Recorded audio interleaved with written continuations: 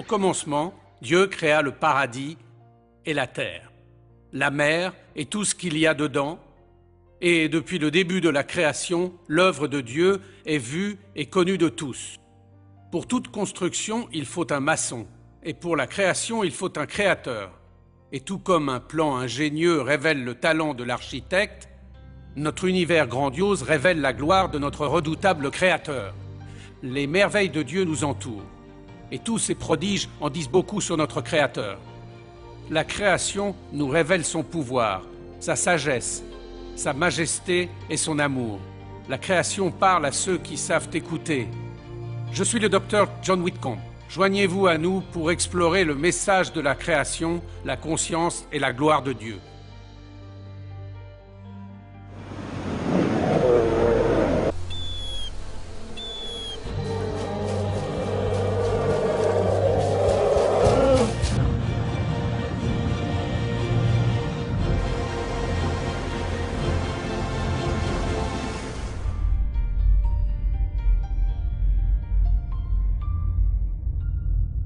Dieu de pouvoir.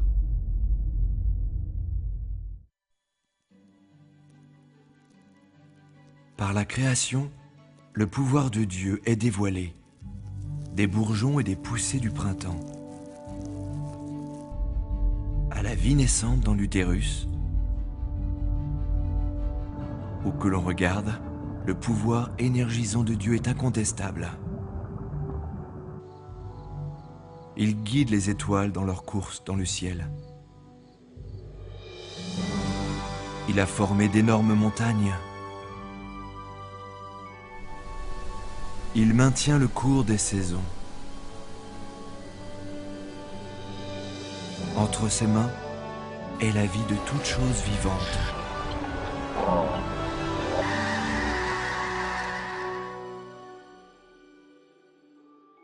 Et le fait que l'on ait un univers nous dit qu'il nous faut un créateur. Parce que vous voyez, l'univers a un début, et cela demande donc une cause. L'énergie dans l'univers a un commencement, et cela donc demande une cause.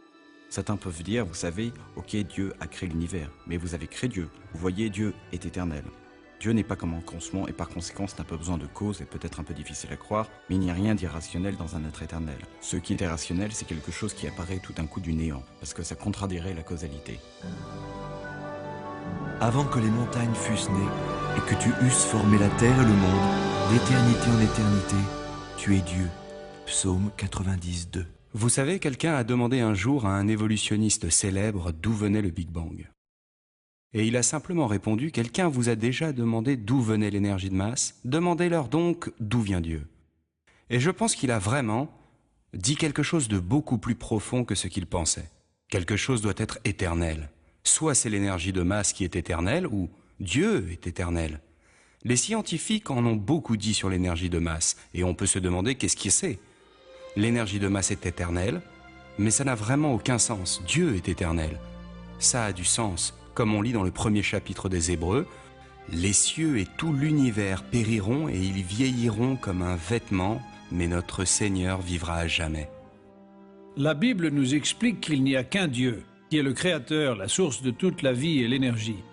Les forces de la nature sont animées et guidées par sa main. Qui n'a pas senti un frisson à l'approche de l'orage en pensant au pouvoir de Dieu?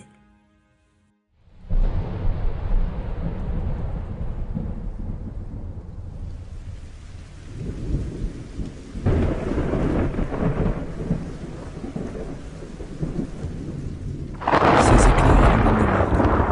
La terre le vit et trembla. Psaume 97, 4. Les orages sont une incroyable manifestation du pouvoir du Créateur. Avec un orage, il tombe en moyenne plusieurs centaines de millions de litres d'eau. L'équivalent de la quantité d'eau qui tombe sur les chutes du Niagara toutes les 6 minutes.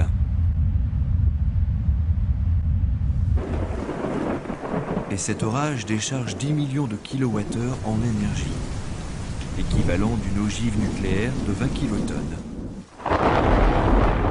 Les plus gros orages peuvent décharger 10 ou même 100 fois plus d'énergie.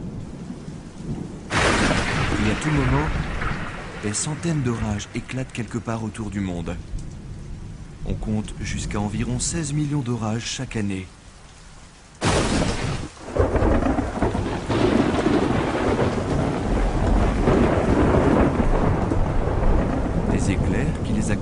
illumine le ciel entier. Un éclair peut tomber à plus de 8 km et contient plus de 100 millions de volts d'électricité, avec des températures approchant les 50 000 degrés Fahrenheit en une fraction de seconde. Plus chaud que la surface du Soleil. En moyenne, on compte une centaine d'éclairs qui frappent la Terre toutes les secondes. Plusieurs millions d'éclairs touchent la Terre chaque jour. Cette formidable puissance, cette vitesse incroyable et cette lumière éblouissante sont de claires manifestations de l'immense pouvoir de notre Créateur. Les orages sont un incroyable phénomène de l'atmosphère. Ils sont magnifiques, ils sont puissants et ils font peur. Ils déchargent toutes sortes d'énergie et c'est vraiment ce qui se passe. Les orages déchargent une quantité impressionnante d'énergie dans notre atmosphère en bougeant verticalement. Les orages contribuent à très grande échelle au cycle de l'eau. Le cycle hydrologique. L'eau s'évapore des océans et la vapeur se disperse au-dessus des continents et tombe ensuite sous forme de pluie et elle retourne dans la mer. Les orages participent activement à ce cycle, retransformant la vapeur d'eau sous sa forme liquide et faisant tomber la pluie sur la terre. Les éclairs et les orages apparaissent souvent dans l'Écriture sainte comme un symbole de la colère de Dieu contre les rebelles. Mais tout le monde a déjà été frappé par l'incroyable beauté des éclairs, de l'orage et l'odeur de l'air frais. Après le passage de l'éclair qui unit dans l'air deux différents gaz, le nitrogène et l'hydrogène, ce qui fertilise la terre. Quand l'impact de l'éclair s'évapore dans l'air, cela dégage du nitrogène sous forme de vapeur qui est absorbée dans la vapeur d'eau qui ensuite retombe et fertilise le sol. Donc nos récoltes sont fertilisées par le nitrogène produit par les orages. Il y a 4000 ans, Job décrivait les manifestations de Dieu en ces termes. Il renferme les eaux dans ses nuages, et les nuages n'éclatent pas sous leur poids. Il soulève la mer par sa puissance, et par son intelligence, il en brise l'orgueil. Ce sont bien là les bords de ses voix. Et combien faible est le murmure qui nous parvient. Mais le tonnerre de sa force, qui peut le comprendre? Les orages sont donc des phénomènes naturels qui dégagent une énergie immense. Et je pense que c'est une leçon qui dit, si Dieu peut faire cela, que ne peut-il pas faire? Même si nous ne comprenons pas toute l'étendue de ce pouvoir, devant ces incroyables prodiges, nous devons nous incliner tous face au Dieu Tout-Puissant.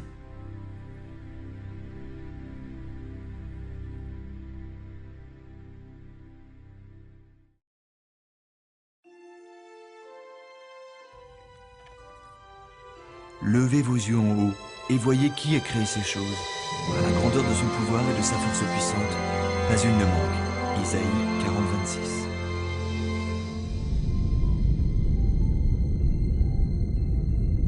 Notre soleil est immense et le débit de son énergie est énorme. Le centre du soleil brûle à plus de 27 millions de degrés Fahrenheit. Il est à presque 150 millions de kilomètres de nous. Mais sa lumière est notre principale source d'énergie. L'énergie part du Soleil à l'incroyable débit de 5 millions de tonnes de matière par seconde. Et ça de jour comme de nuit, année après année.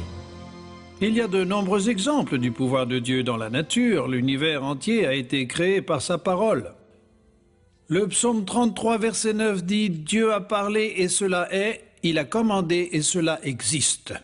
Un autre bon exemple, observez notre étoile la plus proche, le Soleil.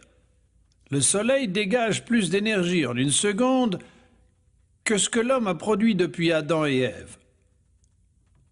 Le Soleil dégage en fait son énergie par fusion nucléaire, convertissant l'hydrogène en hélium à très grande échelle. Et ceci est vrai pour toutes les étoiles dans notre galaxie de la Voie lactée.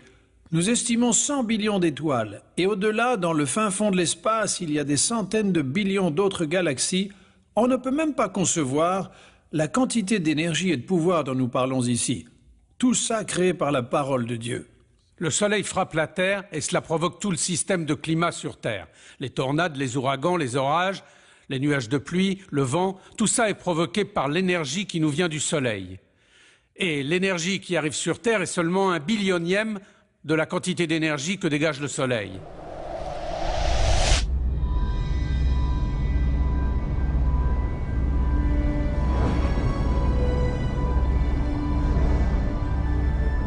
Pour bien comprendre, avec l'aide de l'animation par ordinateur, voyageons avec la Terre vers le Soleil, à 100 fois la vitesse de la lumière.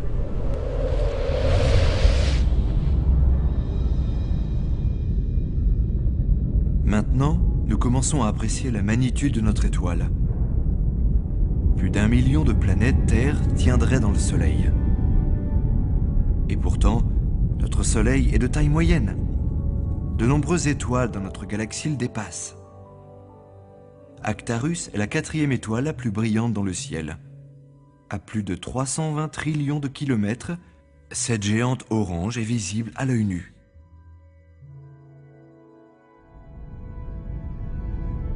En rapprochant notre Soleil tout près d'Actarus, on peut voir son immensité.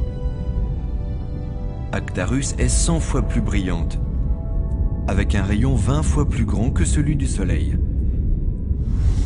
Et pourtant Actarus semble petite quand on la compare avec la supergéante Bételgeuse. Bételgeuse a un rayon 600 fois plus grand que le Soleil. De ton rougeâtre, cette étoile est 60 000 fois plus brillante que le Soleil. Mais pourtant Bételgeuse n'est pas la plus grande étoile de notre galaxie.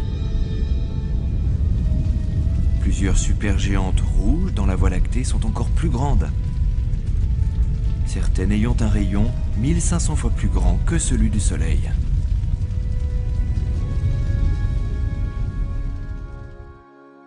Eh bien, une des choses dans la création qui, je crois, démontre vraiment le pouvoir de Dieu, c'est l'énergie qui dégage les étoiles. Comme le Soleil qui dégage plus d'énergie en 1 seconde qu'1 milliard de grandes villes sur Terre. Et enfin, s'il y en avait, 1 milliard produirait en 1 an. Et on ne parle ici qu'une de seconde. Vous imaginez, bien sûr, il y a des étoiles qui sont encore plus puissantes que le Soleil.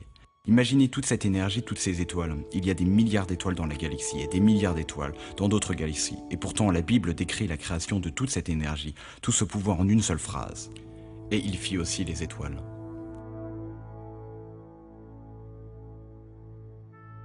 Quand on réfléchit à ces données qui ne sont qu'un aperçu du pouvoir de notre Créateur, nous ne pouvons qu'acquiescer devant le psaume qui exhorte « Que toute la terre craigne l'Éternel ». Bien sûr, les étoiles représentent plus qu'une énergie brute. Sans la lumière du soleil, toute la vie sur Terre périrait très vite. L'énergie du soleil qui donne la vie nous rappelle constamment l'amour éternel de notre grand Créateur. Le Dieu qui rayonne son don de lumière sur toute chose.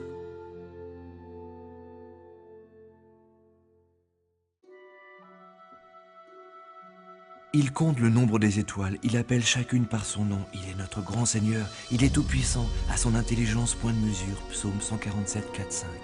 L'univers visible contient plus de 100 billions de galaxies. Chacune de ces galaxies a un diamètre de millions de trillions de kilomètres de long. Et chacune compte des centaines de billions d'étoiles. Cela dépasse l'entendement, mais on estime maintenant que l'univers compte plus d'1 billion de trillions d'étoiles. Bien avant l'invention du télescope, la Sainte Écriture déclarait que l'homme ne serait jamais capable de déterminer leur nombre exact, car elles étaient trop nombreuses. Bien sûr, le Créateur en connaît le nombre exact, et le psaume 147 déclare qu'il appelle même chacune des étoiles par son nom. Le pouvoir de création lié à chaque étoile, la sagesse qui leur fait maintenir leur course et l'incroyable beauté qui brille dans tout l'univers nous confirment l'amour divin et la grandeur de notre Créateur. Dieu a créé un univers si vaste que l'homme ne peut qu'être émerveillé face à cet univers et à son immensité. Et penser, Dieu, tu es si grand. Et je pense à ce que David a dit. Quand je contemple tes cieux, l'ouvrage de tes mains, la lune et les étoiles que tu as créées, qu'est-ce que l'homme pour que tu t'en souviennes, le fils d'Adam pour que tu veuilles le visiter? Ce que nous savons, c'est qu'il y a des centaines de milliards d'étoiles dans notre galaxie, la galaxie de la Voie lactée. Et on estime qu'il y a plus de 100 milliards de galaxies dans l'univers. Et la Bible nous dit que les cieux sont plus hauts que la terre, et que Dieu vieille au-dessus de nous et qu'il entend toutes nos pensées. Et quand on réfléchit une seconde, qu'on pense à l'immensité de l'univers, que l'on compare à la Terre, elle, tout juste une tête d'épingle en comparaison. Mais quelle est l'étendue de l'univers de Dieu? En voyageant à la vitesse de la lumière, à près de 300 000 km par seconde, nous ferions 7 fois le tour de la Terre en une seconde seulement. Cependant, faire le tour de l'univers connu à la vitesse de la lumière nous prendrait au moins 28 billions d'années ou plus.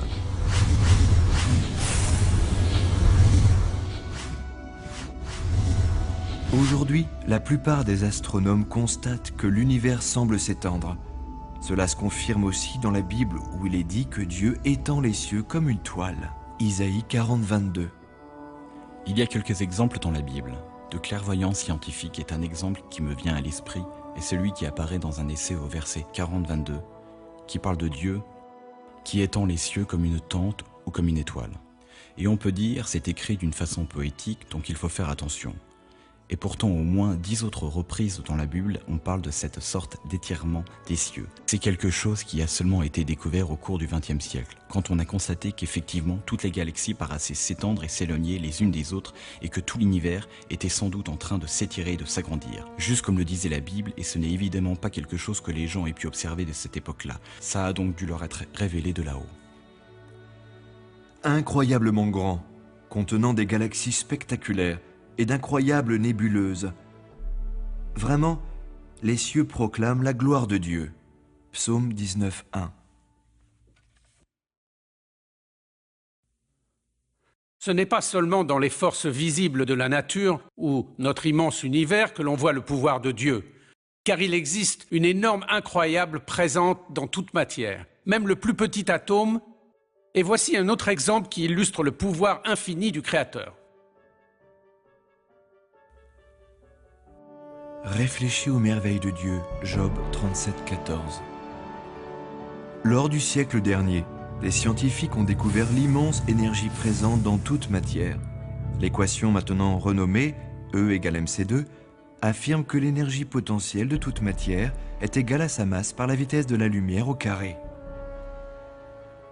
Une des grandes découvertes du XXe siècle, c'est la découverte E égale mc2. Cette équation, presque tout le monde la connaît, mais ne sait toujours pas ce que ça veut dire. Ça veut dire que l'énergie est une masse. Ça ne veut pas dire que l'énergie peut être échangée contre la masse, mais plutôt que l'énergie est une masse. L'énergie a un poids. Si vous le mettez sur une balance, même la lumière qui entre dans cette pièce, si je la mets sur une balance, elle pèse juste un petit peu.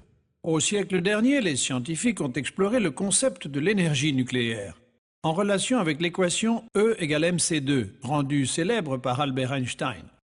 Dans cette formule, le m représente la masse ou la matière, et c'est la vitesse de la lumière. Ce que cette équation dit, c'est qu'il est possible de prendre la matière ou la masse et de la transformer entièrement en énergie. Vous avez une masse, vous l'ionisez et vous obtenez de la lumière, du son, du pouvoir et de l'énergie. Ça veut dire aussi que si nous pouvons prendre juste un petit peu de masse et accumuler l'énergie de cette masse, on pourrait faire des choses extraordinaires. Car dans cette formule, le C dans l'équation, E égale mc2, et la vitesse de la lumière, qui est bien sûr E, est un grand chiffre. Et C est au carré multiplié par ml, donc c'est un très très grand chiffre. Donc ça veut dire que même le plus élément de masse est une énorme quantité d'énergie liée à cette masse. Pour comprendre l'incroyable énergie présente dans toute masse, pensez qu'un réacteur nucléaire transforme seulement une minuscule fraction de la masse totale de la matière en énergie. Si cependant, nous étions capables de transformer toute la masse en énergie, la quantité obtenue serait énorme. Par exemple, si la masse d'un arbre de taille moyenne pouvait être transformée en énergie, le débit obtenu serait de 45 trillions de kilowattheures. Pour pouvoir comparer, les États-Unis produisent environ 4 trillions de kilowattheures d'énergie électrique par an. Donc si toute la masse d'un seul arbre était transformée en énergie, et qu'on exploitait cette énergie, cela produirait pour tous les États-Unis pour plus de 10 ans d'énergie électrique. Ou pour même aller plus loin, l'énergie potentielle comprise dans un grain de sel pourrait alimenter tout un foyer pendant plusieurs mois. Même si la science a beaucoup à apprendre sur l'énergie, la masse est ce qui forme la matière. On a découvert que l'énergie comprise dans toute matière est incroyablement vaste. L'Écriture sainte explique que c'est Dieu lui-même qui enlève toutes les choses au nom de son pouvoir. Hébreux 1.3. Cela inclut chaque atome, chaque cellule, chaque étoile et l'univers tout entier. c'est maintenant indéniable. Dieu Tout-Puissant a créé un univers à énergie illimitée. Il faut que ce soit quelqu'un, pas quelque chose, parce que les choses sont exclues. Il faut que ce soit quelqu'un.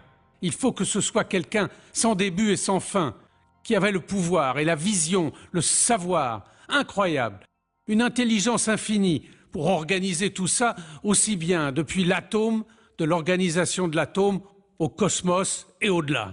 Quand on considère tous ces nombreux exemples du pouvoir de Dieu, ça devrait inspirer de la révérence et du respect dans nos cœurs. La Bible nous dit que la crainte de Dieu est le début de la sagesse. La crainte de Dieu, c'est de détester le mal. La crainte de Dieu nous amène à la vie. C'est pourquoi la meilleure réponse à l'autorité de Dieu, c'est de le vénérer et d'implorer sa miséricorde et son pardon pour nos péchés. Le prophète Jérémie déclara « Ah Seigneur Dieu, voici que tu as fait le ciel et la terre par ta grande puissance, et ton bras étendu. À toi rien n'est impossible. » Bien sûr, la création révèle l'omnipotence de Dieu, mais c'est plus que cela. Bien que l'univers soit perverti par la malédiction, la sagesse du Créateur, sa beauté et son amour sont toujours présents.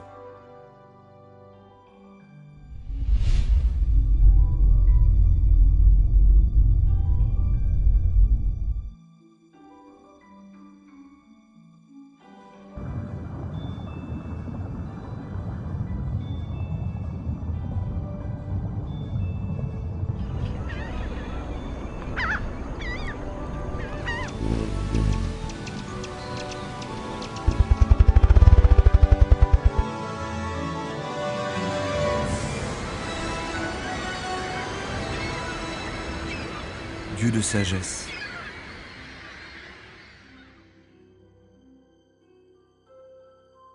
Où que l'on regarde, la sagesse de Dieu se fait visible. Prenez les propriétés de l'eau. Cette élégante molécule est indispensable à la vie. Alors Dieu, dans sa générosité, a recouvert les 4/5 de la terre avec des ruisseaux, des lacs, des océans. L'eau est parfaitement désignée pour maintenir la vie de chaque cellule et créature. C'est un excellent solvant qui refroidit et transporte. Ou regardez le monde des insectes. Chacune de ces incroyables créatures est dotée d'ingénieuses capacités qui dépassent de loin ce que fabrique l'homme.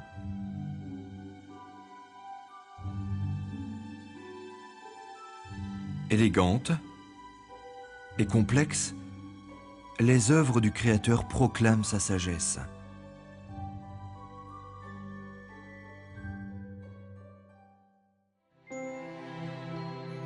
Il dispense la neige comme laine, psaume 147, 16. Il y a des milliers d'années, Dieu demanda à Job, « Es-tu parvenu jusqu'au trésor de neige ?» Or, personne vivant à cette époque ne pouvait vraiment connaître les trésors de la neige.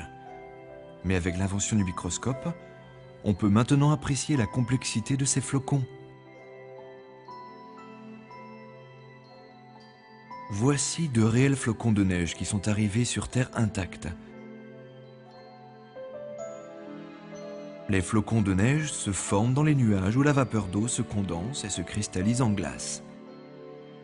Les flocons grossissant, ces formidables motifs apparaissent. Complexes, symétriques et magnifiques. Ils sont incroyables à observer. Si on compare, la neige artificielle n'a jamais la structure élaborée des vrais flocons de neige. Les flocons de neige se créent à partir d'incroyables molécules d'eau. Chaque atome d'oxygène a un petit peu de charge négative et s'accroche à 2 atomes d'hydrogène qui ont un peu de charge positive. Et ils sont en fait de plus de 40 degrés Celsius de différence. Quand la molécule arrive au point de gel soudain, ils arrivent au moment où l'attraction électrique des charges positives et négatives les fait fusionner ensemble. Et c'est la source d'énergie. Ensuite, la forme que Dieu a donnée aux molécules d'eau se transforme pour donner ces magnifiques flocons. Chacun est unique, chacun est le reflet de la créativité de Dieu. Chaque jour, des trillions de trésors transparents de Dieu tombent sur terre pour notre joie et découverte. Et pourtant, il n'y en a pas deux exactement pareils. Moi, je crois que Dieu a construit toutes ces formes hexagonales déjà à l'intérieur de la molécule d'eau, parce que c'est étudié de façon à ce qu'ils s'assemblent. Ils forment ces dessins hexagonaux, et plus de molécules s'ajoutent et ils s'agrandissent. Et chaque flocon de neige est fait littéralement de millions de molécules d'eau. Et même si chacun se construit d'une façon particulière, plus ils s'agrandissent. Quand les flocons tombent à travers les nuages à différentes températures, plus ils commencent à prendre différentes formes. Et donc, chaque flocon de neige va être légèrement différent par rapport aux autres. Chaque flocon se construit sur une base hexagonale et montre une formidable symétrie dans ses motifs. C'est sûr, le trésor de la neige existe bien, comme Dieu l'a déclaré il y a 4000 ans. Il y a deux choses sur les flocons de neige qui vraiment me passionnent. La première, c'est littéralement leur beauté. Vous les regardez et vous voyez tous ces dessins avec ces motifs plats et toute cette structure complexe. Et puis, il y a plus d'une centaine de types basiques de flocons de neige. C'est juste vraiment magnifique. Et ça me dit quelque chose aussi sur Dieu. Ça me dit que Dieu aime beaucoup la beauté. Et il m'aime aussi parce qu'il a créé toute cette beauté pour que je la regarde. Alors cela résonne en moi. La deuxième chose, c'est la façon dont les flocons sont structurés. Comment toutes ces molécules individuelles s'assemblent en suivant un modèle fixe constant qui revient régulièrement. Et ça me confirme que Dieu l'a conçu. Il y a aussi une interprétation spirituelle. Chaque flocon de neige est complètement différent. Comme chaque humain, chaque être est unique et spécial aux yeux du Seigneur.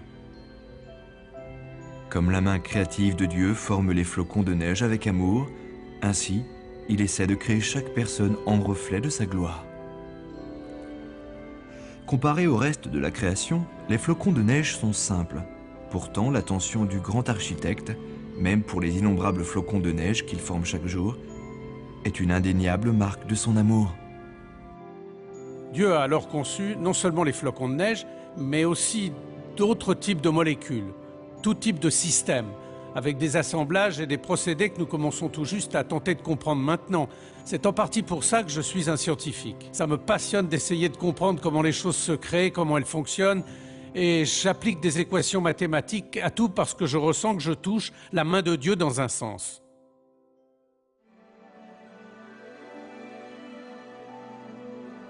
Mon Dieu, que tes œuvres sont nombreuses, tout avec sagesse tu les fis. Psaume 104, 24. Si de simples molécules d'eau formant les flocons de neige dévoilent une structure magnifique, considérez l'incroyable ingéniosité de celle des plus grandes et complexes molécules, comme l'ADN. L'ADN contient la base de toute vie, et c'est de loin le système de support d'information le plus complexe que l'on connaisse dans l'univers. Par exemple, la quantité d'informations contenues dans l'équivalent d'une tête d'épingle d'ADN remplirait une pile de livres 500 fois plus haute que la distance d'ici à la Lune. L'enchaînement de codes et la structure de cet incroyable système relèvent l'intelligence suprême de son créateur. L'évidence pour moi qui vraiment proclame qu'il y a un Dieu, c'est l'étude de l'ADN. L'ADN est une vraie puissance. Une machine massive de stockage d'informations. Et en fait, l'ADN qui conserve nos gènes est comme une encyclopédie d'informations, écrite dans un langage codé. C'est absolument fascinant, et les scientifiques savent aujourd'hui qu'un langage, un code, provient seulement d'une intelligence. Et les informations viennent seulement d'informations que personne n'a jamais vues. Et puis d'autant plus qu'elles sont protégées par un code, personne ne les a jamais vues, isolées de ce code. Ce sont des informations propres à ce code. Et quand vous regardez l'ADN, c'est complètement évident qu'au tout début, Dieu a créé l'univers. Nous commençons tous comme une simple cellule, de la taille d'une virgule à la fin d'une phrase. Comment cette cellule sait comment construire un corps avec plus de 100 trillions de cellules en lui, de milliers de types différents, et chacune d'elles est tellement complexe, de nanochimiques petites machines dont le fonctionnement dépasse complètement notre compréhension. Tout codé, c'est le manuel d'instruction, c'est le manuel du fabricant. Comment construire et faire fonctionner chaque partie de cet incroyable corps fait avec plus de 100 trillions de cellules. Et en outre, l'ADN est une molécule tridimensionnelle qui s'auto-reproduit. Chaque molécule est capable de faire une copie identique, rapidement et parfaitement. Le Seigneur a même programmé l'ADN pour qu'il détecte et corrige toute erreur de copie. Ses compétences, très sophistiquées, dépassent de loin celles de l'homme. Dieu a créé les molécules de l'ADN de telle façon à ce qu'elles se corrigent elles-mêmes. Il existe des protéines spéciales appelées enzymes qui vont de haut en bas, le long de ces molécules, et qui vérifient et font des réparations. Et ça, toutes les minutes, voire toutes les secondes parfois. Dieu nous a créés avec un code ADN qui a ce que nous appelons un éditeur ou un logiciel d'édition dans ces enzymes. Tout comme un éditeur lit un journal ou un livre et recherche les erreurs. Dieu a créé des enzymes spéciales qui passent de haut en bas des molécules d'ADN et réparent les erreurs, suivant un système qui est incroyablement complexe. Il y a de nombreux exemples dans la création des choses qui viennent confirmer le Dieu de la Bible. Et parmi ceux-là, il y a notre ADN. L'ADN est des informations en lui. Il y a tout un groupe d'études scientifiques appelées sciences de l'information qui analysent notre information. Créée et transmise par notre première cellule, une des lois des sciences de l'information dit que l'information n'est jamais construite comme ça de soi-même. C'est-à-dire, elle n'apparaît jamais spontanément et à chaque fois que nous suivons la copie des informations, jusqu'à leur première source, elles sont toujours reliées à un cerveau. Et comme nous avons des informations codées dans l'ADN, ça nous confirme que l'ADN vient d'une intelligence et ce n'est pas quelque chose qui a pu apparaître au travers des millions d'années. Par mutation et sélection naturelle, ça ne marche pas comme ça. Et pourtant, même la molécule d'ADN est simple comparée aux cellules. Toute vie est composée de cellules, et chaque cellule fonctionne comme une ville miniature. Et lorsque l'on sait que le corps humain est constitué de trillions de cellules travaillant ensemble à l'unisson, nous devrions nous incliner devant le soin minutieux et la perfection du Créateur.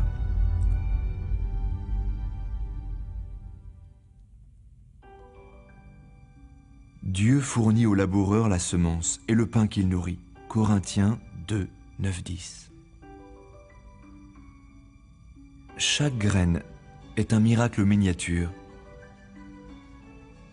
Dieu a programmé la petite graine du séquoia pour qu'elle devienne le plus grand arbre sur Terre, montant jusqu'à 90 mètres et pesant plusieurs tonnes.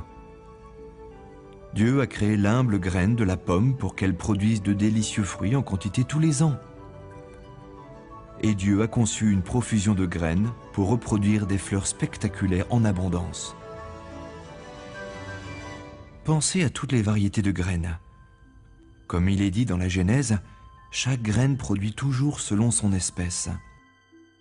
Et comme le Seigneur l'a voulu, les fruits et dérivés qu'elle donne ont apporté la nourriture et toutes les ressources nécessaires à l'homme et son environnement.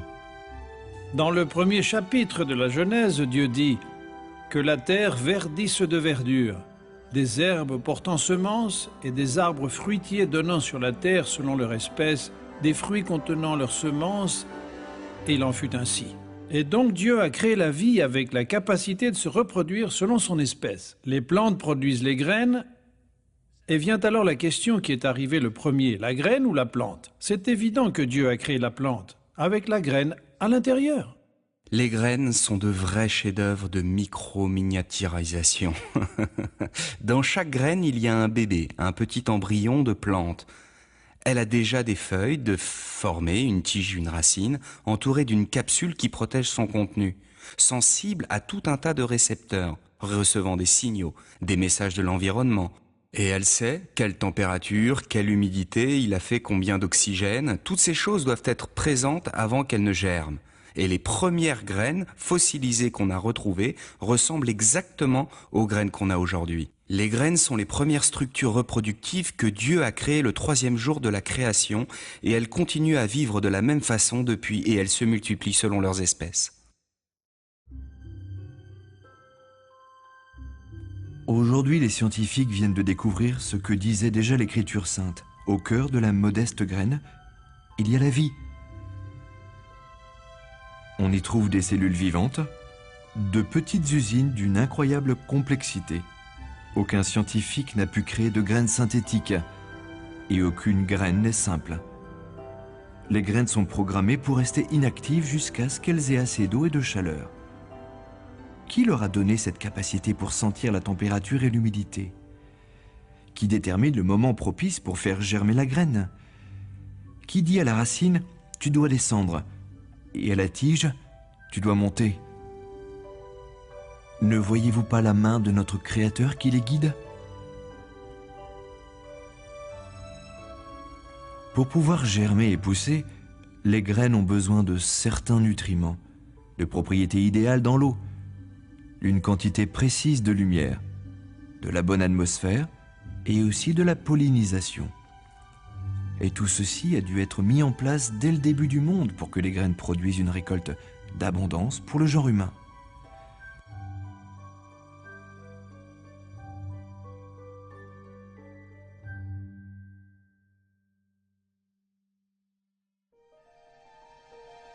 Observez les lys des champs.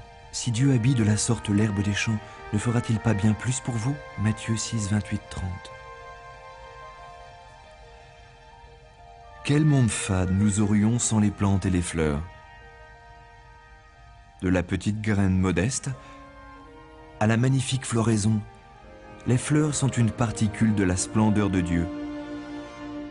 Il y a une grande variété de plantes fleuries qui éclorent tout autour du monde.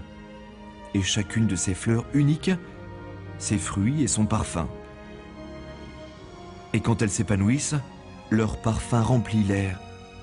Pensez que chaque fleur produit toujours son propre parfum particulier. Encore plus impressionnant, Dieu utilise les mêmes éléments, terre, lumière et eau, pour produire toutes ces éclatantes variétés. C'est incroyable. Mais certaines fleurs sont programmées pour savoir quelle heure il est. Les pavots de Californie, les belles de jour et les lys communs sont trois magnifiques exemples. Elles s'ouvrent et se ferment avec la précision d'une horloge. Elles sont sensibles à la pression atmosphérique, la longueur du jour, la température et l'humidité, et doivent avoir alors un biorhythme en elles-mêmes. Chaque feuille d'une plante est aussi une merveille.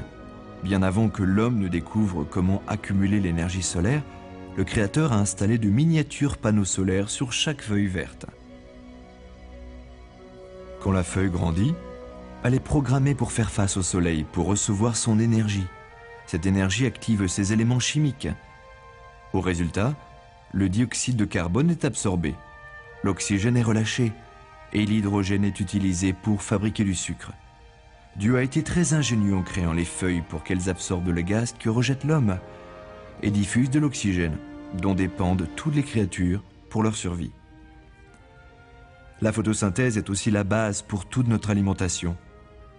Heureusement, Dieu a créé d'innombrables petites machines vertes qui travaillent tous les jours. Les plantes fleuries sont un vrai témoignage de la générosité de Dieu. Elles ne sont pas seulement nécessaires pour notre alimentation et la médecine et d'autres aspects de la vie que nous connaissons, mais nous ne serions pas capables d'exister sans les plantes fleuries. Prenons le cas par exemple de la grande famille d'animaux appelée anthropodes. Les insectes sont un des groupes de cette famille. Les insectes ont besoin de plantes, et les plantes, sans aucun doute, besoin des insectes pour ce qui est de la pollinisation. Et les insectes s'occupent également à fertiliser les plantes année après année. La Genèse au verset 29 nous dit que Dieu a créé les plantes vertes, séduisantes à voir et bonnes à manger. Les plantes utilisent le fascinant procédé de la photosynthèse pour attraper de l'énergie du soleil et elles récupèrent aussi des molécules de dioxyde de carbone dans l'air et des molécules d'eau dans la terre. Pour créer des molécules de sucre, ce qui représente un groupe basique pour tous les autres groupes d'aliments, et où les plantes trouvent-elles le dioxyde de carbone, nous le rejetons dans l'air. Les animaux rejettent du dioxyde de carbone. Les plantes absorbent ce dioxyde de carbone, elles absorbent aussi l'eau et elles rejettent de l'oxygène avec les molécules d'eau et nous les respirons. Nous brûlons le sucre, ce qui produit le dioxyde de carbone que les plantes absorbent pour produire plus de sucre. Vous avez compris l'idée? Toutes ces actions s'assemblent dans une chaîne, tout en même temps. C'est une des choses, quand nous nous mettons à contempler la création, Dieu a créé les plantes, les animaux, les hommes, toutes les caractéristiques physiques de l'univers, pour que tout converge ensemble dans un système complexe qui reflète sa gloire. Aliments, oxygène, médecine, énergie, matériaux bruts. C'est sûr, le Seigneur a créé les plantes à notre avantage. La riche diversité de plantes fleuries et les nombreux avantages qu'on en fait, tout cela révèle un Créateur sage et généreux. Magnifiques quand elles sont épanouies, la beauté des fleurs fane rapidement. L'Écriture sainte compare la vie de l'homme sur la terre à la fleur. elle passe très rapidement. C'est pourquoi il est si important pour chacun d'entre nous de rechercher la vie éternelle dès aujourd'hui.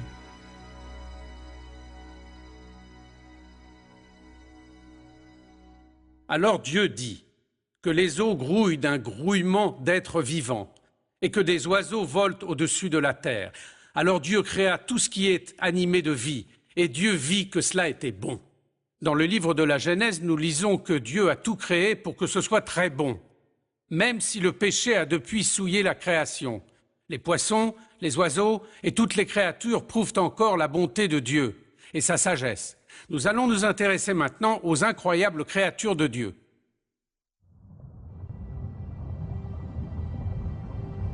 Vivant dans tous les océans du monde, existent des créatures plus magnifiques encore que ce que l'homme ne pourrait s'imaginer. L'immense diversité des habitants des océans montre l'incommensurable ingéniosité de notre formidable Créateur. Et chaque créature de la mer a été conçue avec une incroyable fonctionnalité. Dieu a équipé la pieuvre d'une espèce de jet à propulsion, d'un système de ventouse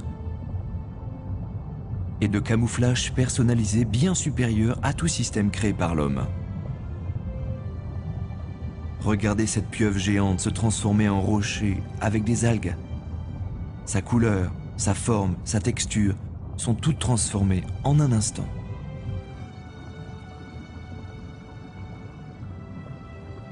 Le calamar sur la gauche est un mâle.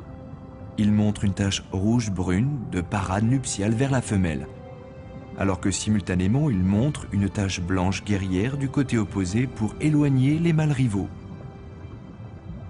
Et lorsqu'il change de côté, les dessins s'inversent aussi. Ces signaux doubles simultanés démontrent la supériorité du génie de Dieu.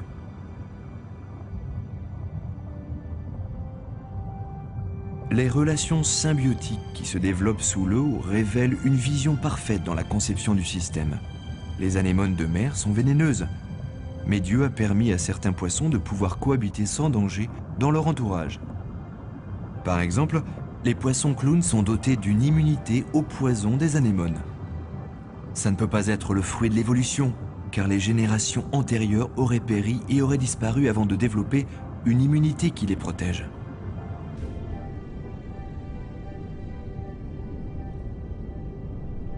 Le déplacement en banc de certains poissons est toujours à l'étude. L'habileté du poisson qui s'élance avec des mouvements synchronisés est la marque de la main directrice d'un grand chef d'orchestre. Certaines espèces de poissons ont été désignées pour vivre à une profondeur précise dans l'océan. Cette caractéristique s'explique par une vessie natatoire spécialement conçue, qui sécrète des gaz dans la circulation sanguine, régulant leur tension et maintenant leur équilibre, et permettant aux poissons de survivre à différents niveaux de pression de l'eau entre les limites déterminées par le Créateur. Vraiment, une de mes créatures des océans préférées, c'est le nautile sacré ou le nautile cloisonné. Voici le coquillage comme vous pouvez en trouver dans les boutiques de coquillages de Floride. Et quand vous coupez ce coquillage en deux, regardez ça, toutes ces petites cloisons à l'intérieur. Et l'animal qui vit dans la dernière cloison, ici, ressemble beaucoup à un calamar. Il a beaucoup de petites tentacules qui sortent devant comme ça. Et toutes ces petites cloisons lui permettent de réguler sa profondeur comme un sous-marin le fait. À l'intérieur de cet incroyable calamar, il y a un cerveau, il y a un œil qui voit le monde comme nous le voyons. Il y a un système digestif avec des glandes salivaires et aussi un pancréas. Il a 3 cœurs différents, il est aussi complexe que nous à l'intérieur. Et pourtant, un fossile de ce genre de créature a été un des premiers fossiles retrouvés. Une complexité millénaire, c'est un formidable témoignage à la créativité de Dieu. Quand j'étudie les créatures des océans que Dieu a créées, je m'intéresse particulièrement aux poissons. Ce sont des créatures fascinantes, en commençant par leur habileté aérodynamique, le fait qu'ils aient été conçus pour extraire de l'oxygène de l'eau d'une façon aussi efficace. Le fait qu'ils aient des valeurs esthétiques aussi agréables et aussi bien sûr l'excellente qualité qu'ils apportent à notre alimentation. Les poissons ont toujours été des poissons si l'on en croit les fossiles qu'on a retrouvés. Les poissons sont très certainement d'incroyables habitants parmi les créatures vivantes créées par Dieu.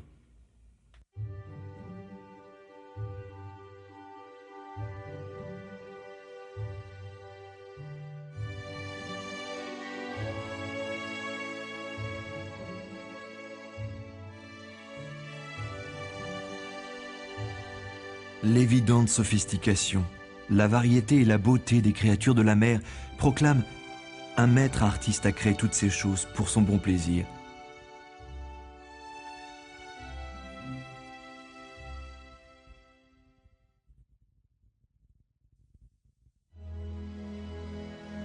Regardez les oiseaux du ciel, Matthieu 6, 26.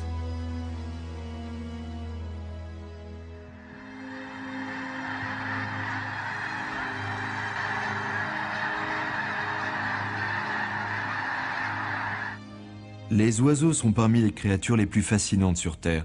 On est émerveillé face à leurs couleurs spectaculaires, leur forme aérodynamique et leur habileté à voler avec grâce et aisance.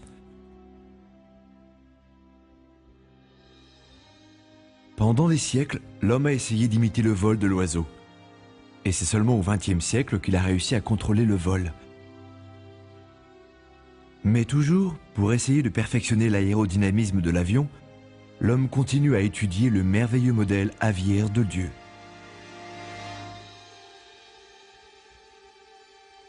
Regardez quelques caractéristiques du modèle du Créateur. Les os de l'oiseau sont très légers et pratiquement creux. Ils sont retenus à l'intérieur par des supports et alvéolés par des poches d'air.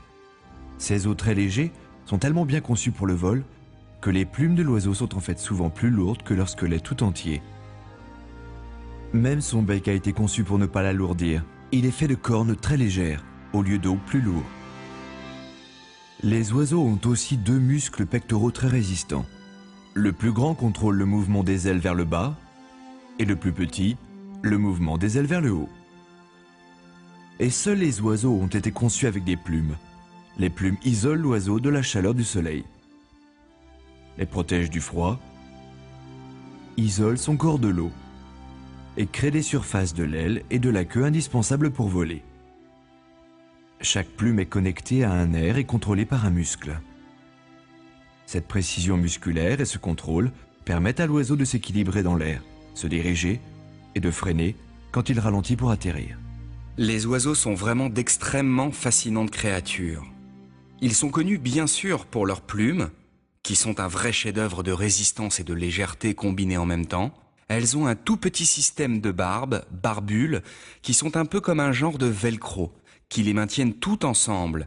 Et les petites plumes ressortent de chaque côté du rachis, et ils peuvent les séparer, les fermer ou les ouvrir quand ils nettoient leurs plumes. Et chaque plume, tout le long du bout de l'aile, a une taille et une forme légèrement différentes, et elles sont toutes connectées les unes avec les autres. Ce n'est pas possible, vraiment. Que les plumes aient pu évoluer dans le temps au hasard, c'est une merveille, un vrai chef-d'œuvre, et c'est un exemple miraculeux de la création.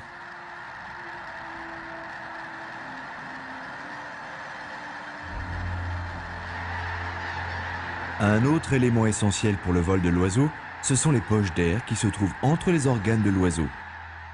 Les poches d'air de l'oiseau sont reliées à ses poumons. Et pendant le vol, l'air circule par les poches. Ce système permet au tissu du corps de l'oiseau de s'alimenter rapidement en oxygène vital et lui permet de rester léger dans les airs. Tous les oiseaux sont fascinants, vous savez, ils ont un système de respiration que l'on n'a retrouvé chez aucune autre créature. Les poumons de l'oiseau sont un système spécial de double circulation où vous pouvez oxygéner l'air en expirant et en inspirant. Contrairement à nos poumons et à ceux des autres créatures, les poumons des oiseaux ont un double système et en fait c'est vraiment très important. Les oiseaux ne changent pas la taille de leur cage thoracique même quand ils respirent. Et si vous regardez un oiseau qui se pose après des milliers de kilomètres de migration, est-ce que vous voyez sa poitrine gonfler quand il respire ? Ils restent sans bouger, même s'ils ont volé pendant des heures, et vous vous dites comment respire-t-il ? En fait, l'air circule dans l'oiseau suivant un procédé très particulier, utilisant des poches d'air entre les muscles. Quand l'oiseau vole ou quand il marche, ces poches font circuler l'air. Ce sont de fascinantes créatures que Dieu a créées. Toutes ces merveilles d'ingénierie s'unissent pour permettre le vol et démontrent une vision parfaite dans la création des oiseaux. Une de ces merveilles chez les oiseaux, c'est leur habilité à immigrer sur de très grandes distances. La sterne arctique voyage d'une zone tout près du pôle Nord jusqu'en bas, jusqu'au pôle Sud et remonte. Tous les ans, maintenant, les gens peuvent faire ça en avion. Mais vous avez peut-être déjà regardé dans la cabine d'un avion toutes ces manettes, ces boutons, ces commandes. Et après, il faut aussi une tour de contrôle pour dire au pilote où il va. Et tout ça tient dans une toute petite partie du cerveau d'un oiseau. La prochaine fois que quelqu'un vous traite de cervelle d'oiseau, dites-lui « Ah, merci !»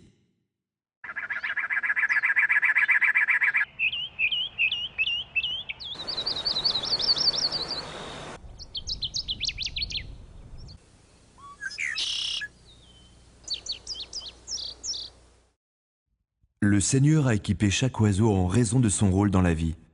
Pour le service de l'homme, chaque espèce d'oiseau a une zone de contrôle spécifique. Beaucoup servent à contrôler les insectes, d'autres à éliminer les carcasses. La famille des pinsons détruit les graines des mauvaises herbes. La chouette et le faucon contrôlent les rongeurs. Les bécasses ratissent les plages. Les oiseaux aquatiques maintiennent le bon équilibre du nombre de poissons. Le héron contrôle les grenouilles et les serpents. Avec son apparence gracieuse, son incroyable habileté aérodynamique et son usage pratique, chaque oiseau est un témoignage du savoir et de l'amour de Dieu. Et même si Dieu a beaucoup favorisé les oiseaux, souvenez-vous que Jésus nous assure que nous avons plus de valeur qu'un groupe de moineaux.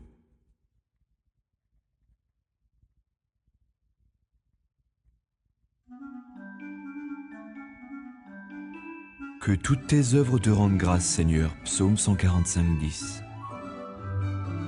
Le colibri est une merveille d'agilité et de grâce. Ce sont les plus petits oiseaux. Leur nom leur vient du bourdonnement qu'ils produisent avec le battement rapide de leurs ailes. S'élançant de fleur en fleur, le colibri se pose en équilibre dans l'air. Il s'arrête pour siroter le nectar sucré. Et le colibri a été merveilleusement conçu pour cela. Dieu lui a donné un petit corps pour bouger facilement autour des fleurs. Un long bec fin comme une aiguille pour plonger profondément dans la cupule de la fleur. Et une langue spéciale idéale pour extraire le nectar. Dieu lui a aussi donné des ailes remarquablement fortes et un bréchet robuste, ce qui permet à cet oiseau de s'arrêter en plein air et même de voler facilement en arrière et sur les côtés.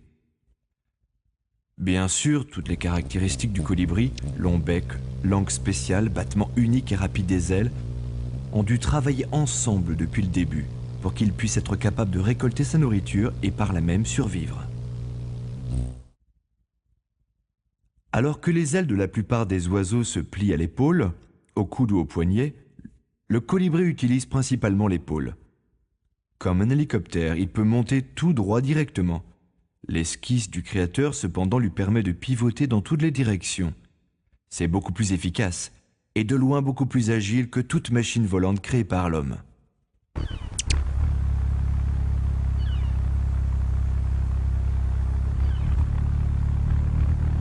Les capacités du colibri sont époustouflantes. Quand il voltige, ses ailes battent 50 fois par seconde.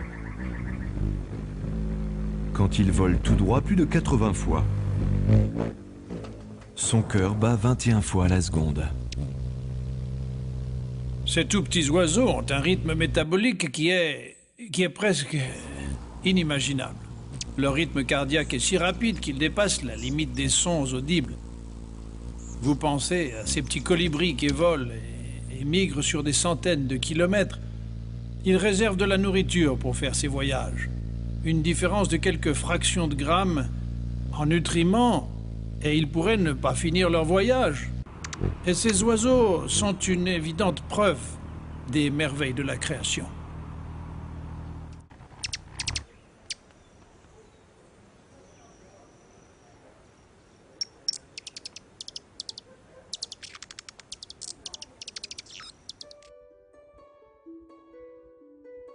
Le nid du colibri est une véritable œuvre d'art. C'est la femelle qui en est l'artiste. Elle utilise de la fougère, des graines de pissenlit et d'autres mousses. L'extérieur est décoré avec du lichen, le tout attaché avec du fil de toile d'araignée.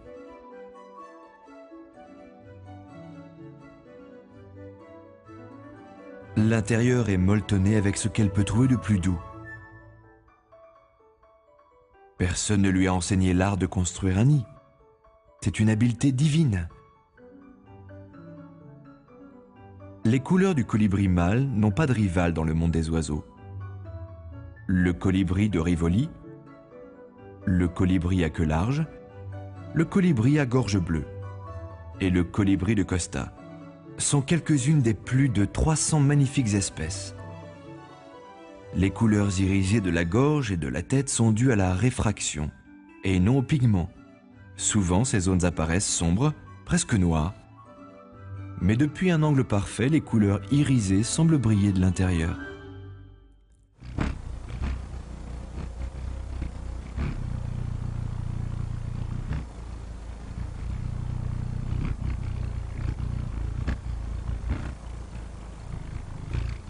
Chaque détail chez ces incroyables petits oiseaux démontre la généreuse disposition de Dieu. Devrions-nous nous dire que le colibri a été spécialement favorisé par le bienveillant Créateur? Non, cet amour sincère s'étend à toutes les créatures. Si nous étudions attentivement toute créature, la gloire du Seigneur apparaît toujours.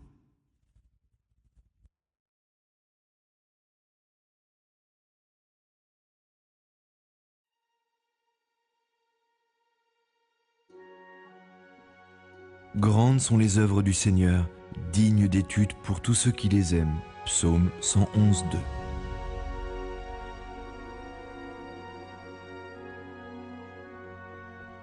On estime à 18 000 les espèces de papillons qui embellissent notre planète. La magnifique coloration des ailes du papillon est créée par des millions de petites écailles. Ces écailles de précision fonctionnent comme des cristaux biophotoniques. Ils reflètent de spécifiques longueurs d'onde de lumière pour produire ces couleurs si brillantes. Derrière ces dessins extraordinaires et ces couleurs chatoyantes, on devine la sagesse et l'amour du Créateur. Une des choses les plus incroyables pour moi au sujet des papillons, ce sont leurs magnifiques couleurs. Prenez par exemple le papillon morpho. Le papillon morpho arbore un magnifique ton bleu irisé, mais quand des biologistes il y a des décennies de cela ont essayé d'analyser les écailles de ce papillon, ils n'ont trouvé qu'une cellule de pigmentation. Ils ont trouvé à la place des éléments biophotoniques. Ils ont trouvé des éléments qui sont conçus par le Créateur pour absorber certaines longueurs d'onde de lumière et refléter pour celui qui les regarde. Seulement cette longueur d'onde de lumière dans le spectre d'une couleur de ton bleu-violet. En utilisant un puissant microscope, on a trouvé des éléments qui ne peuvent pas avoir de variation supérieure à 0,0004 mm. Un autre formidable témoignage de la création de Dieu.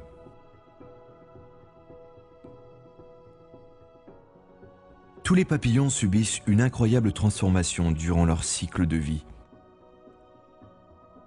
L'insecte commence sa vie en œuf, puis devient chenille rampante et suit sa période de cocon. Pendant ce stade, la chenille commence à se contorsionner par à-coups réguliers, déchirant sa peau extérieure. Ses jambes et sa tête disparaissent très vite et la chrysalide prend forme. Ensuite, dès le premier jour, les organes de la chenille se désintègrent en un liquide visqueux. Miraculeusement, après 1 ou 2 semaines, un complexe et les papillons émergent. Cette métamorphose se déroule en juste quelques jours, et non pas quelques millions d'années. Le papillon adulte a maintenant 6 pattes segmentées, des antennes, un tube spécial pour s'alimenter, 2 incroyables yeux composés, des organes de reproduction complexes et 4 magnifiques ailes. La chenille n'avait aucune de ces caractéristiques. Il est clair que des instructions génétiques pour tous ces stades avaient été programmées chez l'insecte par le Créateur, depuis le début. Quand un papillon se transforme de chenille en chrysalide puis en papillon, c'est-à-dire 2 structures complètement différentes, une structure est pour la chenille et le stade initial, la seule chose qu'elle fait c'est ramper sur ses pattes, sur des feuilles, elle rampe et elle mange toute la journée, jusqu'à devenir plus de 250 fois plus grande. Mais tout ce qu'elle fait, et ça devient ensuite la chrysalide, avec beaucoup de liquide. Et ensuite ça ressort, avec une structure complètement différente. Et maintenant le papillon, qu'est-ce qu'il doit faire? Il est conçu pour voler bien sûr, et la chenille ne l'était pas. Il était conçu pour boire le nectar des fleurs et en même temps fertiliser les fleurs. Il a été conçu pour se reproduire, il a été conçu pour être capable de migrer d'un pays à l'autre, à plusieurs milliers de kilomètres dans certains cas. Donc il a été conçu pour des choses bien spécifiques. La chenille avait une seule chose à faire, grossir, manger, grossir. Et le papillon a plusieurs choses à faire. Manger, grandir, fertiliser, se reproduire.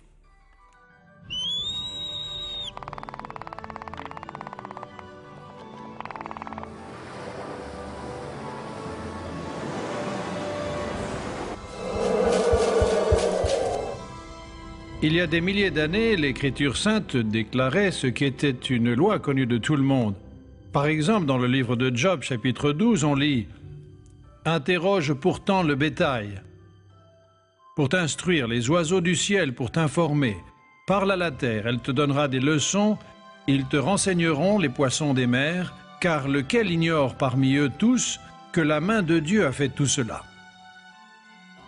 Si on examine les preuves que nous voyons, toutes les choses qui ont été créées, il est très clair dans l'Écriture sainte que ces preuves nous ramènent à la réalité, qu'il y a un Créateur qui a réellement tout créé. Notre grand Créateur nous a donné d'innombrables exemples de son immense sagesse. La fonctionnalité et les aptitudes des créatures de Dieu dépassent notre entendement et nous invitent à d'infinies actions de grâce et adoration.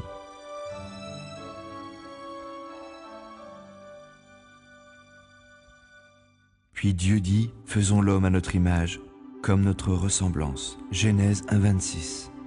Alors que toute la création reflète le caractère de Dieu, l'homme seulement a été créé à l'image de Dieu.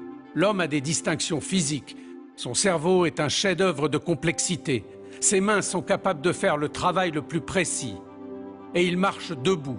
Pourtant, c'est la nature spirituelle de l'homme qui est spécialement unique. L'Écriture sainte dit que Dieu est un esprit. Et même si le genre humain s'est perverti dans le péché, la nature spirituelle de l'homme garde toujours la trace du caractère du Créateur. Par exemple, l'homme a le libre arbitre. L'homme sait la différence entre le bien et le mal. Seul le genre humain a produit de grands scientifiques, compositeurs, prophètes et poètes.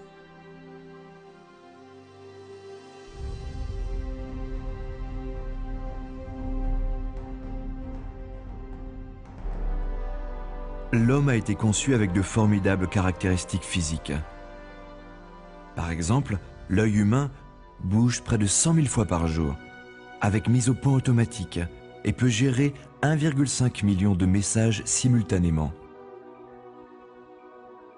L'œil se nettoie aussi tout seul, avec des essuie-glaces et produits incorporés.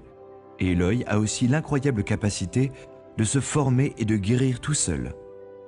De plus, Dieu a conçu l'œil humain pour qu'il soit capable de distinguer des millions de couleurs, et son cerveau de sorte qu'il puisse apprécier toute la gamme de beauté qu'il a offert à la création. La majorité des gens ne se rendent pas compte que l'œil, en fait, fait partie du cerveau. C'est une extension comme un bouton, et chez l'embryon, ces boutons se détachent du cerveau. Et il y a une petite fenêtre qui se développe dans la peau, appelée la cornée des yeux. N'est-ce pas formidable ? La bille de l'œil se trouve précisément où la petite fenêtre se développe dans la peau pour qu'on regarde à travers. L'œil est sensible à la lumière à un niveau qui va de 10 billions à 1. C'est-à-dire de la chose la plus brillante qu'on puisse regarder, peut-être la neige brillant sous le soleil, jusqu'à un seul photon de lumière. C'est la plus petite unité de lumière possible. Et bien sûr, où que vous regardiez, la mise au point est automatique. Les deux yeux regardent le même point, où que l'on regarde. C'est comme quelqu'un avec une paire de pistolets à 6 coups qui pourrait tirer, et à chaque fois qu'il tire, les balles ne font qu'un trou. Instantanément partout. Et c'est ce que nos yeux font. Partout où nous regardons, ils convergent vers le même point. S'ils étaient séparés de juste 1 degré, vous verriez double. Où que l'on regarde, vraiment, je vois des preuves indéniables de l'ouvrage de Dieu. Et vraiment, quand l'homme nie ce fait, il est inexcusable, comme le livre de Romains, chapitre 1, verset 20, nous le dit. Encore plus impressionnant, le Seigneur a conçu tous les sens de l'homme pour qu'il soit intimement connecté. Quand nous voyons de la nourriture, notre estomac peut gronder. ou notre bouche saliver. En entendant la voix d'un vieil ami, notre cœur peut bondir de joie. Et un seul arôme de cuisine de notre grand-mère peut évoquer des souvenirs passés. Cependant, les merveilles de notre complexité physique ne sont rien comparées à notre nature spirituelle. L'homme est conscient et il est capable d'avoir du recul sur lui-même. L'homme est conçu comme un être rationnel, doté de la faculté de raisonner et la capacité d'apprendre. L'homme est capable de se souvenir d'expériences passées et sa mémoire lui permet d'être le reflet de la bonté de Dieu. Selon ce qui est écrit dans la Genèse, l'homme a été créé à l'image de Dieu. Cela veut dire qu'il a des attributs, des qualités, des capacités que Dieu lui a données. Quand on lit le 4e livre de la Genèse, c'est-à-dire après la chute, on voit toujours ses qualités et ses capacités.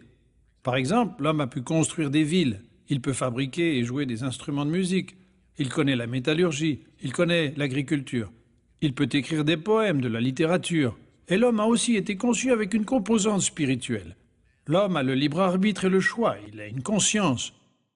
Comme vous voyez, Dieu a créé l'homme à part par rapport au reste de la création. Il y a beaucoup de différences entre le genre humain et les animaux. Un verset qui me vient à l'esprit se trouve dans le livre d'Ecclésiaste, chapitre 3, verset 11. C'est le verset qui dit que l'homme est spécial, que Dieu a mis dans notre cœur l'éternité.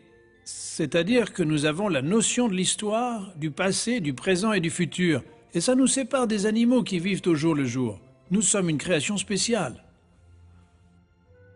Un autre merveilleux cadeau que le Créateur a fait à l'homme, c'est l'émotion. Ça lui donne de la couleur et de la profondeur, des sentiments et la capacité d'être heureux et de rire. Seul l'homme de toutes les créatures de la terre peut apprécier la musique d'une symphonie ou se réjouir de la beauté d'un coucher de soleil. Et seul l'homme est un agent libre et moral, responsable envers Dieu et la société. La seule explication qui rapporte à la moralité de Dieu est le fait souligné dans la Bible, c'est-à-dire que l'homme a été créé à l'image de Dieu. Par conséquent, il est comme Dieu, un être moral.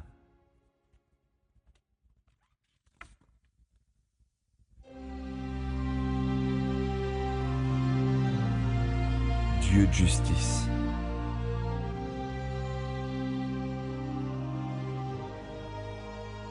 En plus d'être tout-puissant et très sage, la Bible précise que Dieu est complètement saint. Il fait toujours ce qui est juste.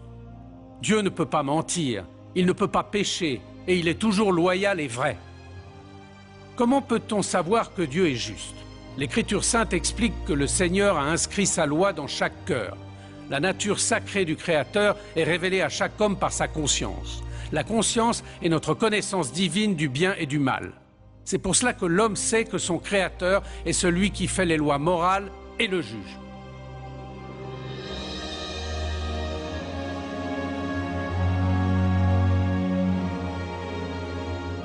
Soyez saints, car moi, Yahvé votre Dieu, je suis saint. Lévitique 19:2. Anna, avez-vous une conscience? Oui, je pense que j'ai une conscience. Est-ce que vous pensez que tout le monde a une conscience? Absolument. Mais vous avez une conscience? Oui, Et d'où est-ce qu'elle vient? je ne sais pas. La Bible est très claire à ce sujet. La connaissance de Dieu est inscrite dans nos cœurs. Et même la notion du bien et du mal. Est-ce que tu as déjà dit un mensonge? Oui, Et qu'est-ce que ça fait de toi? un menteur. Un menteur, hein. Tu as déjà volé quelque chose? Oui, Et qu'est-ce que ça fait de un toi? voleur. Un voleur? Supposons que vous êtes dans une boutique, un magasin quelque part, et quelque chose dont vous avez vraiment besoin est en face de vous, personne n'est là à regarder. Vous réfléchissez, zut, j'ai oublié mon portefeuille. Mais pas de problème, personne ne regarde. Hop, dans la poche. Vous l'avez, vous sortez, personne n'a rien vu, et vous vous en sortez très bien. Au fond de vous, qu'est-ce que vous pensez? Le soir, quand vous allez vous coucher, qu'est-ce que vous pensez? Et je pense que tout le monde sait parfaitement bien. Cette pensée va tournicoter dans votre tête. Eh oui, je l'ai volé. C'est notre conscience. Vous avez toujours fait usage de la conscience que Dieu vous a donnée? Non. Non. Est-ce que vous avez déjà prononcé le nom de votre Créateur, Dieu qui vous a créé avec tous vos attributs et tous vos dons? Avez-vous déjà utilisé son nom dans un juron? Ouais, j'avoue. Jésus a dit « Vous ne devrez pas commettre l'adultère ». Mais disons que si tu regardes une fille avec envie, Tu commets l'adultère dans ton cœur. Est-ce que tu as déjà regardé une fille comme Oui. ça? Ok, donc tu as déjà désobéi à ce commandement alors? Dieu sait qu'il a écrit sa loi dans la conscience de chaque homme. Donc, tous les hommes sont inexcusables. Tout le monde sait quand il a péché. Tout le monde sait qu'il a désobéi à sa loi et tout le monde sait que c'est mal.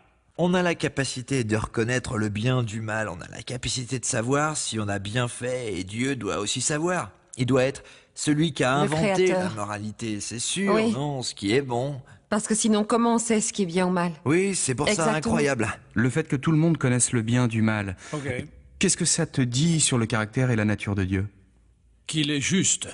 Si Dieu devait juger selon les principes divins, est-ce que tu es coupable ou innocent? Coupable. Alors, si tu es coupable parce que tu as blasphémé, menti, volé, le jour du jugement, Dieu t'enverra au paradis ou en enfer en se basant sur les 10 commandements? J'irai très certainement en enfer. Devons-nous faire face au juge tout-puissant? Oui, c'est certain. Et si c'est le cas, nous serons jugés, coupables pour ce qu'on a fait. Ma conscience me dit qu'il y a quelqu'un à qui je dois des comptes. Et c'est mon Créateur. Et je sais que je n'ai pas vécu à la hauteur de ses espérances. Est-ce que tu as déjà utilisé le nom de Dieu pour rien, par exemple, oh mon Dieu? Oui. Est-ce que tu peux penser à un moment où ta conscience s'est mise à crier pour quelque chose que tu as fait dans le passé, où elle t'a dit « Alan, fais pas ça » ou « Alan, tu ne devrais pas faire ça ». Oui. Si tu peux t'en souvenir, tu crois que notre Créateur s'en souvient? Oui. Tu crois que la conscience nous dit qu'il nous faut un sauveur? Oui. Et vous savez qu'il nous a fallu un Dieu qui nous aide personnellement et nous protège, mais d'une justice redoutable. Et c'est la seule façon possible. On ne peut pas changer les lois de Dieu. Il n'y a que lui qui ait pu mettre cette conscience en nous pour que nous puissions ressentir. C'est réellement Dieu que nous ressentons à travers notre conscience. Si la création met en avant les merveilles de Dieu, cela présente un message mixte. Car au milieu d'autant de beauté et d'ordre, on trouve aussi la maladie, la déchéance et la mort. Et sans surprise, il n'y a que la Bible qui explique cette apparente contradiction. Au tout début, Dieu créa toutes les choses parfaites. Cependant, l'homme reçut le libre arbitre et un choix. Malheureusement, il choisit de se rebeller contre son Créateur. Et Dieu punit Adam. Et le péché apporta souffrance et mort.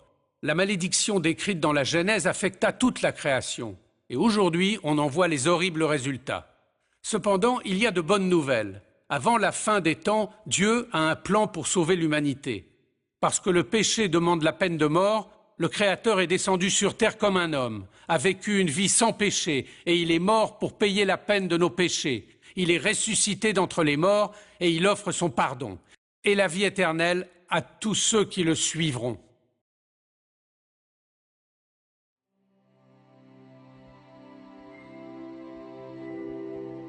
Dieu d'amour, Comme ce film l'a démontré, dans la création, nous voyons la sagesse et le pouvoir, les merveilles de Dieu, son amour pour ses créatures. Mais vous ne pouvez pas le regarder sans penser que quelque chose va mal. C'est comme si nous avions une mémoire profonde dans le fond de la conscience, d'un temps où il y avait un paradis et il est perdu. Dieu a fait un monde merveilleux, tout était parfait au début. Mais parce que l'homme a péché, maintenant c'est un monde puni. Nous voyons de la beauté, mais aussi des choses laides et des choses horribles, et tout ça semble un peu contradictoire, mais c'est seulement parce que c'est un monde perdu. C'est si facile de voir les merveilles de Dieu même dans notre propre entourage, juste dans le quartier où nous vivons. On voit des oiseaux qui s'envolent au-dessus des haies, de magnifiques fleurs colorées, la beauté d'un coucher de soleil.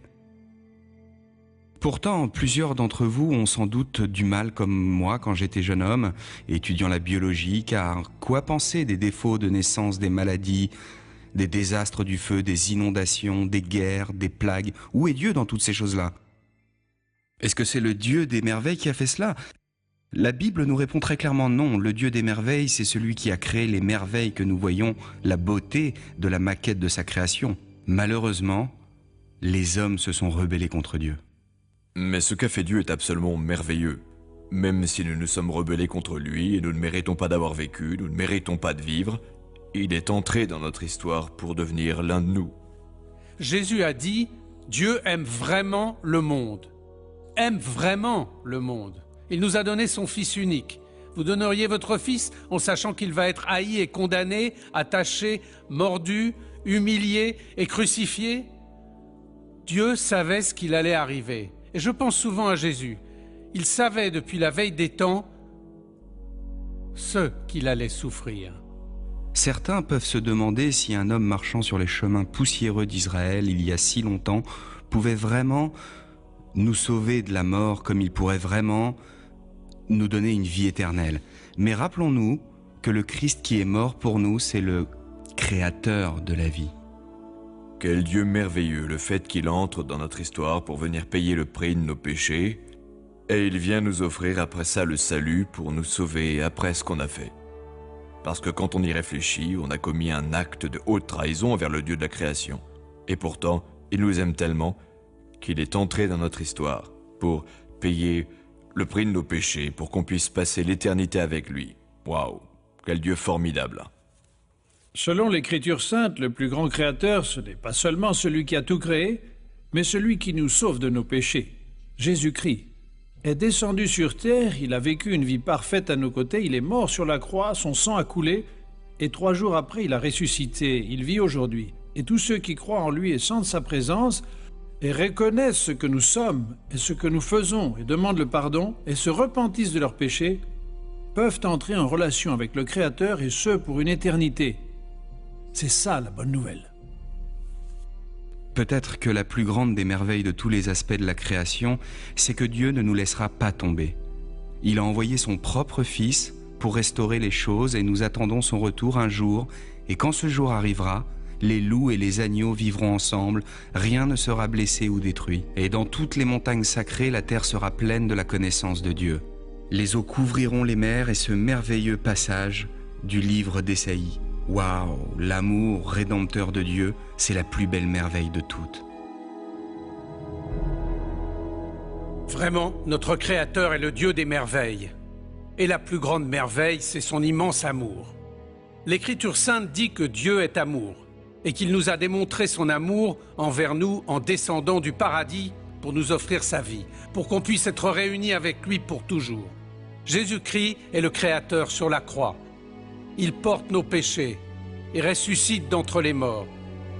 Le Seigneur offre maintenant la vie éternelle à tous ceux qui se repentissent de leurs péchés et se confient à lui entièrement. En plaçant votre foi en Jésus-Christ, vous pouvez entrer en relation avec le Créateur de notre univers et pour la vie éternelle. C'est le don qu'il vous fait et ce qu'il désire pour vous. Pour Dieu qui seul fait de si admirables merveilles, gloire à toi, je te rends grâce et t'honore pour toujours.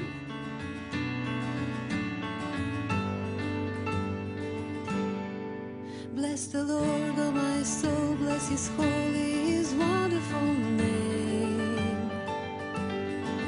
Bless the Lord, oh my soul, for his love will forever remain.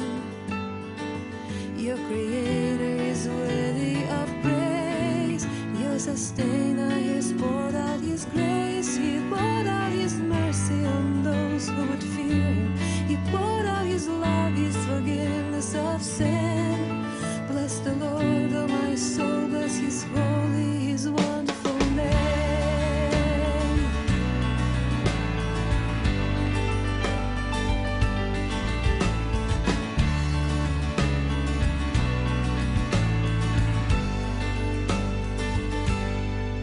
Sing to him a new tune, sing to him from the deep of your soul. Meditate on his word, don't forget how his stripes made you whole. Your Creator is worthy of praise, your Sustainer